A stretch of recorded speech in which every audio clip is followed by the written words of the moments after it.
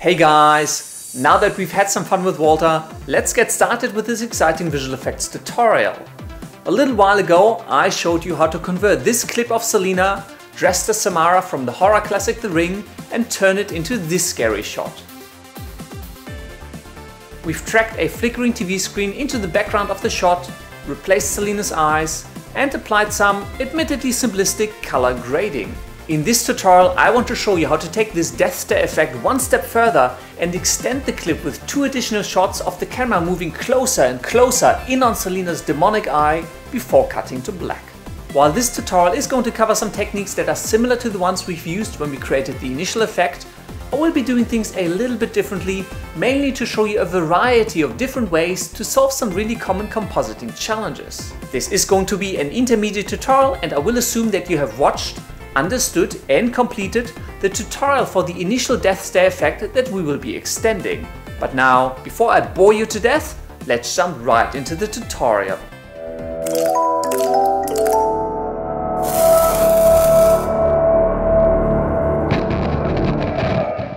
This is the friendly shot that we ended up with in the last part for this tutorial. To make this effect even more dramatic and to match up a bit closer with what they're actually doing in the horror movie for The Ring, I want to add 2 close-up shots at the end of this scene. Therefore, we filmed 2 additional close-up shots, Selena close-up 1 and Selena close-up 2, which I'm going to add to the end of my composition. Let's first drag Selena close-up 1 to the end of the composition. I'm actually going to insert this layer just below my color grading and the vignette layer, just at the end of the composition, and then snap it to the end. You can actually hold down Shift to snap the clips on your timeline together as you move them around. The Selena close-up 1 clip contains a pretty close-up shot of Selena's face. We're not fully zoomed in on the eye yet, that'll be the next one. Now this clip is actually a little bit too long, it's almost 2 seconds, and I really only want to see this close-up shot for maybe half a second, maybe 16 frames. So let's go to the beginning of the clip, move forward, let's say 16 frames, and let's trim down this clip. If you're looking for the shortcut keys for trimming down the end and the beginning of a layer, it's actually Alt and right square bracket and Alt and left square bracket. This will trim the clip down to the position of the current timeline indicator. Let's rewind a little bit and play this back just to check the timing. Yep, that looks pretty good to me. Now let's grab the second close-up shot, Selena close-up 2, and drag it to the end of the composition. Let's snap it to the very end, and this one is actually a macro shot zoomed all the way in on Selena's eyeball. This is the very last shot that I want the viewer to see before we cut to black. Again, because the layer is a little bit too long, let's go to the beginning. Let's move forward 16 frames. If you don't know, if you hold down Shift and press page up or down, you'll actually jump 10 frames backwards or forwards. So that was 10 frames, 11, 12, 13, 14, 15, 16. And let's trim down the layer with Alt and right square bracket. Let's rewind and play this back. Yep, timing-wise, I think this works really well. Just as Selena's head comes up, it's bam, bam, and then cut to black. Next, just like we did for the very first shot in this effect, we need to replace Selena's eye. We are going to apply some very similar techniques to what we did for the first part for replacing Selena's eye, but there are a few additional challenges in this shot that I really want to cover. Let's zoom in a little bit so we can see this a little bit closer. For one, Selena's eye is a little bit out of focus because the focus unfortunately ended up being on Selena's hair, but also if you scrub through this, you will note that Selena's eye and the hair in front of the eye are kind of moving opposing to each other. They're not in sync, so there's actually 2 elements we have to track. For one, we will have to track the eyeball so we can replace it, but we will also have to track the hair in front of the eye because we need to create a mat over the eyeball so that the hair still falls over the replaced eye. Now this is going to be a little bit challenging to track, but let's just see what happens. Let's go to the beginning of the clip, make sure Selena close-up 1 is selected, and let's try to track motion. Let's take this track point and position it, like we did before, right on the highlight in Selena's eye. Now, the big challenge is going to be the fact that there's hair over the highlight in Selena's eye, and that hair is going to move a little bit different to the highlight itself, so the tracker is going to struggle to stay on top. But let's step through this frame by frame and see how well this works. Now, this wasn't too bad, but right about here you can see that the track point drags along with the movement of the hair a little bit more than it aligns with the movement of the highlight in Selena's eye, so I'm going to step through this a little bit and fix up some of the positions just so that I feel the track point is staying on the highlight a bit better. It's not perfect, but this is going to be a pretty quick shot, so, we'll probably get away with it. Let's create a new null object to apply this tracking data, so right-click into the layer window, create a new null object. Let's call this one close-up 1 highlight, and let's trim down the start and the end of this layer. Finally, go back into the tracker, select Edit Target, make sure you select the close-up 1 highlight null object, hit OK, and again, let's expand this panel a bit so we can see the Apply button, hit Apply. Apply dimensions X and Y, nothing magical here, hit OK. And you should now have a null object that follows the movement of the highlight in Selina's eye. Next, because the hair moves a little bit different to the highlight, we need to track the movement of the hair. So once again, go to the beginning of the clip, make sure you've got the Selina close-up 1 clip selected and hit Track Motion. This time, this is going to be a lot easier because we can probably pick one of the highlights here in the hair. Maybe this one will be great. I'm not too convinced with that track. Let's go back and let's adjust this a little bit. Maybe I'll take this highlight here. Seems a little bit more high on contrast. Let's just retract this. Yep, that's much more locked on. Let's create another null object. And let's call this one close-up 1 hair. Trim down the layer as before. And go back into the tracker, select Edit Target. This time we are going to apply the tracking data to close-up 1 hair null object. Hit OK, hit Apply, and OK.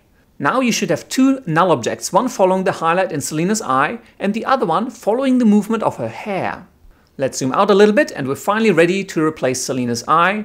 In order to replace Selina's eyes in these close-up shots, I actually ended up creating another Tobias eyeball image, which is this one here, Tobias eyeball 2. I mainly did this because the image I did for the last tutorial was kind of low res and low quality, and it just didn't really work with these close-up shots. Just as I did for the last tutorial, I actually put this image together from a couple of photos of my eye inside of Adobe Photoshop. If you would like to learn how I did that in Adobe Photoshop, leave me a comment down below and I can make a tutorial on that. If you like freaky stuff, but for now, this image obviously is going to be included in all the material if you want to follow along with this tutorial, and the link for that is down in the description of the video. Let's drag this layer down so it sits together with all of the other layers for the first close-up shot, and again, let's trim down the beginning and the end of this clip just so it all works nicely together. Now let's lower the opacity of this layer and let's align it so that it is over Selina's eye, right with where we want to replace it. Scale it down a little bit and just make it sit right over Selina's eye. Probably about there looks alright. Zoom in a little bit more. Jack up the opacity back to 100, but I am going to disable the visibility on the layer. And with the layer still selected, let's pick the pen tool, zoom in a little bit more, and let's draw a nice mask around the area of the eye that we want to replace. And I'm also going to round out the edges of this mask a little bit so the eye doesn't look too unnatural. Let's re-enable the visibility of the layer. Yep, that looks like it should work. Obviously, the mask is still way too harsh, so let's open up the mask properties and increase the mask feather to maybe around 10, but don't want to blur it out too much, just a little bit. Yep, that looks alright. And finally, make sure that you parent the Tobias eyeball 2 layer, which we have created and masked out, to the close-up 1 highlight null object. You should now have the replacement eye follow the movement of Selina's eye fairly closely. I'm quickly going to collapse this layer and actually disable the visibility of the 2 null objects just so we can see a little bit better what we're doing. And I'm going to adjust the mask just a little bit on the right side. I think the eye is going up a little bit too high. Yep, that actually looks alright. Now let's look at the next piece of the puzzle. Selina's hair is falling over the eye, and obviously we want that hair to also fall over this replacement layer that we've inserted. Now there are quite a number of different ways to do this, but personally I just prefer track mats. To create a nice track mat for the hair, what I'm going to do is I'm going to go to the beginning of this close-up shot, and I am going to take the Selina close-up movie clip and duplicate it. I'm then going to drag this layer up all the way above the Tobias eyeball 2 layer. It will cover up everything underneath, but that's okay. Just disable the visibility for now. This layer is going to be a track mat onto the eyeball to cover up all the areas where the hair is falling over the eye, so I am going to rename it to Close-Up 1 Hair Mat. Very important, make sure you're at the very beginning of this close-up shot. Let's zoom in a little bit so it's a bit easier to see. So you're at the very beginning, and let's select the brush tool. Then double-click on the Close-Up 1 Hair Mat layer, and well, because it does contain some tracking data, you will see some track points. You can actually get rid of these. Simply expand the Close-Up One hair mat, expand the motion trackers, and delete the 2 trackers that we've created so they're not in the way.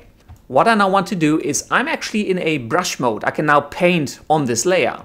What I want to do is I want to paint over all of the areas of the hair that are falling over the eye, and then the paint that I'm drawing, so the hairs that I'm retracing, will then be the track mat onto the replacement eye that we've put in place. For that, you have a number of additional tools available. Down here in the bottom, you will notice I've got a paint tab that popped up when I double-clicked my layer. And I also have this brushes tab here where I can pick different sizes of brushes and adjust the hardness and the roundness and the shapes of the brushes themselves. What I want to do, let's zoom in. And I am actually going to just retrace all of these hairs that I can see falling over Selena's eye. Now, I know I'm not doing the best job in the world here, but for the purpose of this tutorial, this should suffice. Once you're done painting all of the hair falling over Selena's eyeball, go back to the composition and, well, let's make sure the Close-Up One hair mat is actually visible. And go back into the effects controls for the Close-Up One hair mat layer, and you will see a paint effect that we've just applied. The option you want to enable is Paint on Transparent, because what this will do, suddenly you will only have the paint strokes in this layer. So it really is just the paint that we've painted on visible on this Close-Up One hair mat. And now, because the hair mat is right on top of this replacement eyeball that we've set, go onto the Tobias Eyeball 2 layer and change the track mat option over to Alpha Inverted. Bam! Suddenly all of the hairs falling over Selena's eye, because we've traced them in the track mat, are visible again. The hair looks a little bit too harsh, so what I'm going to do is I'm going to select my Close-Up One hair mat and I'm going to apply a fast blur effect. I'm going to increase the blurriness just by a tiny bit, maybe even just 1, just to soften it out a little bit, just so it looks a little bit more natural. And this is actually not too bad. But now, if you scrub through this close-up shot, ooh, that doesn't look good. The mat does not follow the movement of the hair, and that is because we have not yet linked the Close-Up One hair mat layer to our Close-Up One hair null object. Take the Close-Up One hair mat layer and parent it to the Close-Up One hair null object. Now if we scrub through, the hair follows the movement properly, and we've got our eye nicely replaced. Let's zoom out, check out what that looks like. Yep, that is pretty cool. I think that works really well. Now, there are a few other things we want to tweak. Number 1 is going to be the color. Let's select the Tobias Eyeball 2 layer and let's apply our favorite curves effect. Let me zoom in a little bit again. Let's go over into the red channel and push that up a little bit. And I think I'm also going to push a little bit more blue into that.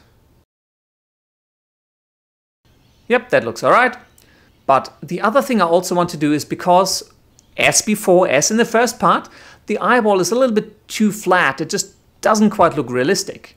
As before, you can use the 4-color gradient, or if you wanted to, you can pre-compose this replacement eyeball with a gradient ramp and then use that just to add a little bit of darkness around the edges. One thing that I like to do, because I have After Effects CC, is to use effect masks. Effect masks are simply masks that you apply onto a layer to control where certain effects are going to be applied. We are going to create a round mask in the middle of this eyeball layer and invert it, and then apply a curves effect to darken only the edges of this eyeball. So first things first, make sure the Tobias Eyeball layer is selected. Let's select the elliptical mask tool and let's draw an elliptical mask right into the middle of the eyeball over the area of the eye that we want to keep bright.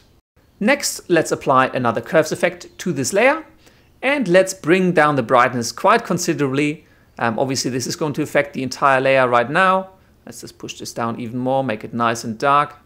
I will also drag this second curves effect before the curves effect we applied for color correction. So this curves to effect is the effect to darken the edges of the eye. Now go back to the layer and expand the effects tab on the layer. Open the curves to effect. And in the Curves to effect, if you are using After Effects CC, you will see compositing options. Simply click on the plus. This will now apply a mask to this effect, so the mask will control where this curves effect is going to be applied. The mask we've added is actually mask number 2, so let's change it over to mask number 2, which is our elliptical mask. And you will notice that on the Curves to effect, in the effects panel, there's a little icon here that indicates that an effect mask is applied to this effect. And if we adjust this, you'll see that only the contents of the mask are actually being affected by this curves effect. However, we wanted to darken the outside of the eyeball, not the inside. So let's open up the masks And on mask 2 as well, you'll see this little FX here, which indicates that this is now an effect mask.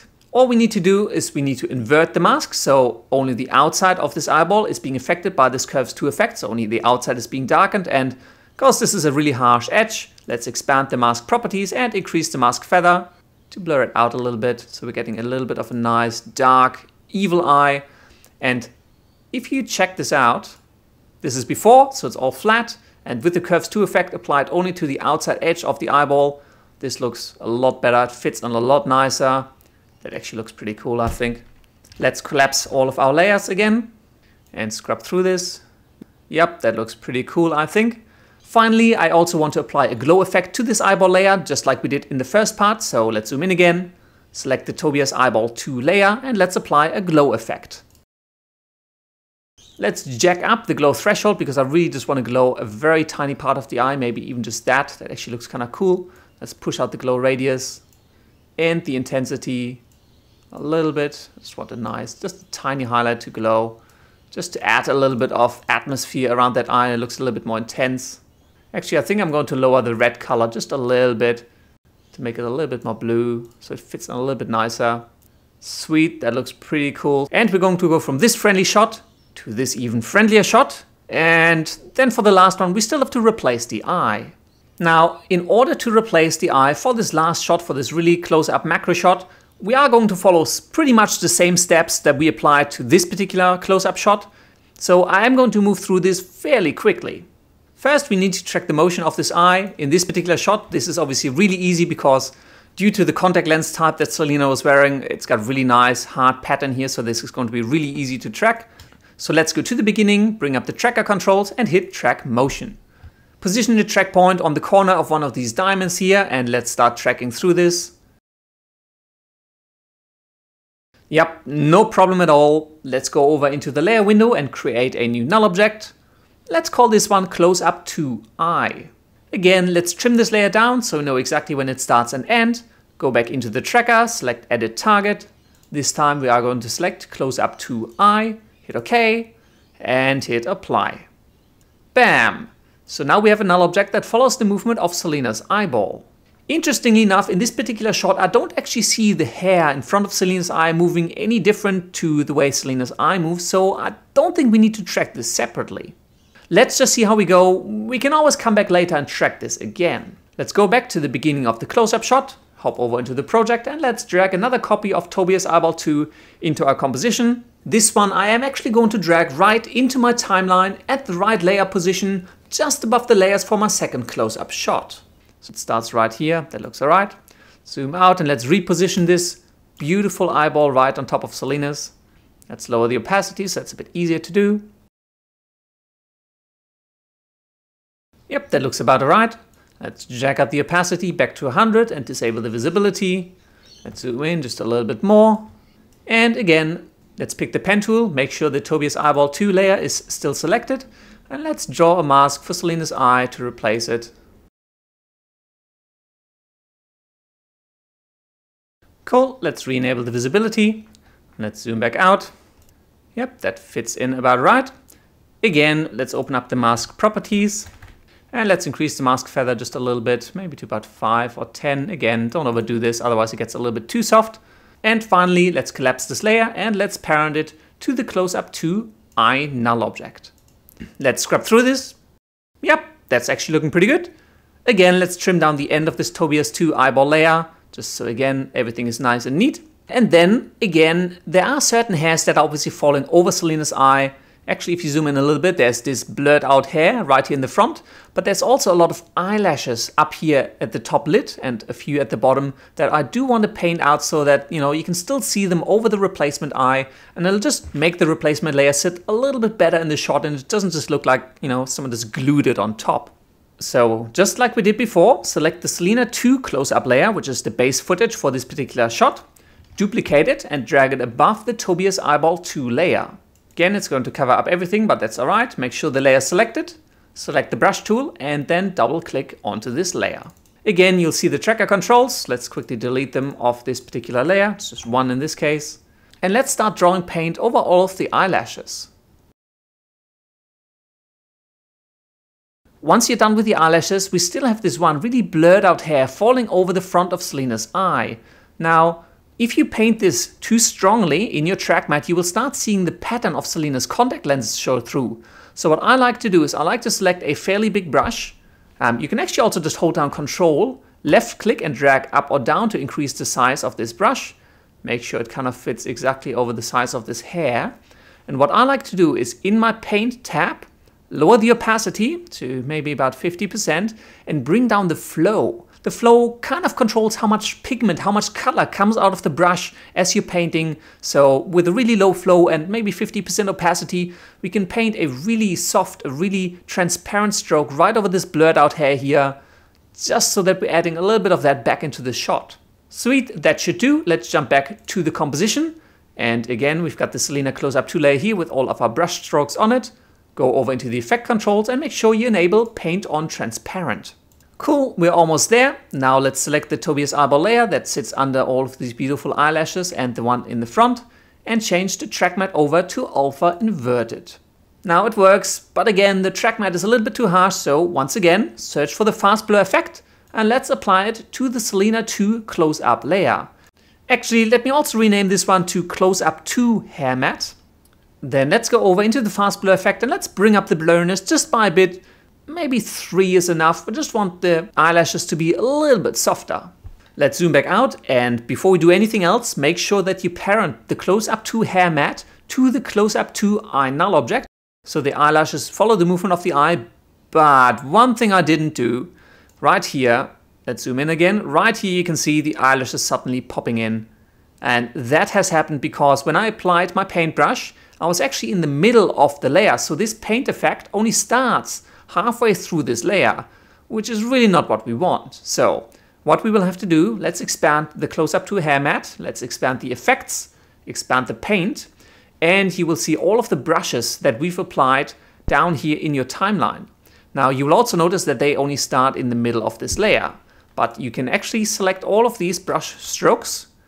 Let's drag them to the beginning. So they start at the very beginning, and let's extend them for the duration of this particular clip. And there you go, the eyelashes are visible throughout this entire shot. Phew, that was easy to fix. Let's zoom back out. And yep, that actually looks pretty cool now. I'm quite happy. Next, let's deal with the color. And we're going to do exactly the same as we did for the close-up one. We're going to darken the outside with a little effects mask, and then we're obviously going to adjust the color of the eye to fit it a little bit better into Selena's face. So once again, select Tobias Eyeball 2, select the elliptical mask, and let's draw an elliptical mask into the middle of the eye. Let's apply a curves effect to this layer, and let's bring down the brightness by quite a bit. Actually, I'll crush the highlights a little bit as well, just so that both edges get a little bit darker. And then on my Tobias 2 eyeball layer, I am going to expand the effects and the curves effect. And under compositing option, I'm going to click on the little plus. And my mask reference, I'm going to set to mask 2, which is my circular mask. Then again, go back over into the mask, select mask 2, which is now an effects mask, to the curves effect. And let's invert it. Expand the mask properties and bring up the feather just so it softens out the edges a little bit. So what we're doing is we're just adding a little bit of darkness to the outside of the eye, which makes it look a lot more natural and fit in a little bit better into Selena's face. Finally, let's select the layer again, let's collapse it, apply another curves effect, and this time I'm just going to adjust the color to make it fit in a little bit better. So let's push up the red and let's go over into the blue and bring that up quite a bit as well, just so that it fits in nicely with this shot. Yep, I think that works all right. Then apply a glow effect to the Tobias eyeball layer. Again, let's jack up the glow threshold because I only want a small part of the eye to glow. Jack up the radius, and let's bring up the intensity a little bit as well. I want this nice and evil. Just a little bit of glow, just adds a bit of intensity to the whole thing. Cool. Let's rewind and play back the end of this effect so far. Cool, I think that looks really good. The last thing we need to do is that obviously this particular effect has the vignette and the color grading layers applied to them. So let's grab these two layers and extend them so they cover the last two shots as well. Yeah, works all right, but one thing I'm noticing is that this one is very blue, and so is this one in comparison to this first shot. The two close-up shots are very, very blue. So I do need to color correct them a little bit differently. For that, I'm going to create a new adjustment layer at the very top, and I'm going to call it Close-Up Fixes. And make sure it starts and ends just to cover the last two close-up shots. Finally, let's apply a curves effect to this adjustment layer, because all I want to do is just tweak the color a little bit for the last 2 shots. Let's hop over into the blue channel and bring that down a little bit, because I find it's a little bit too blue, and let's push a little bit more red back into it. So it looks a bit just not quite so cold. I mean, I do like the cold effect, but I don't want it too strong. I think this kind of fits together a little bit better. Maybe I'll bring a little bit of green into it as well. Cool, that should do. And now, finally, let's rewind our composition, let's zoom out a little bit, and let's play back the final death stare effect.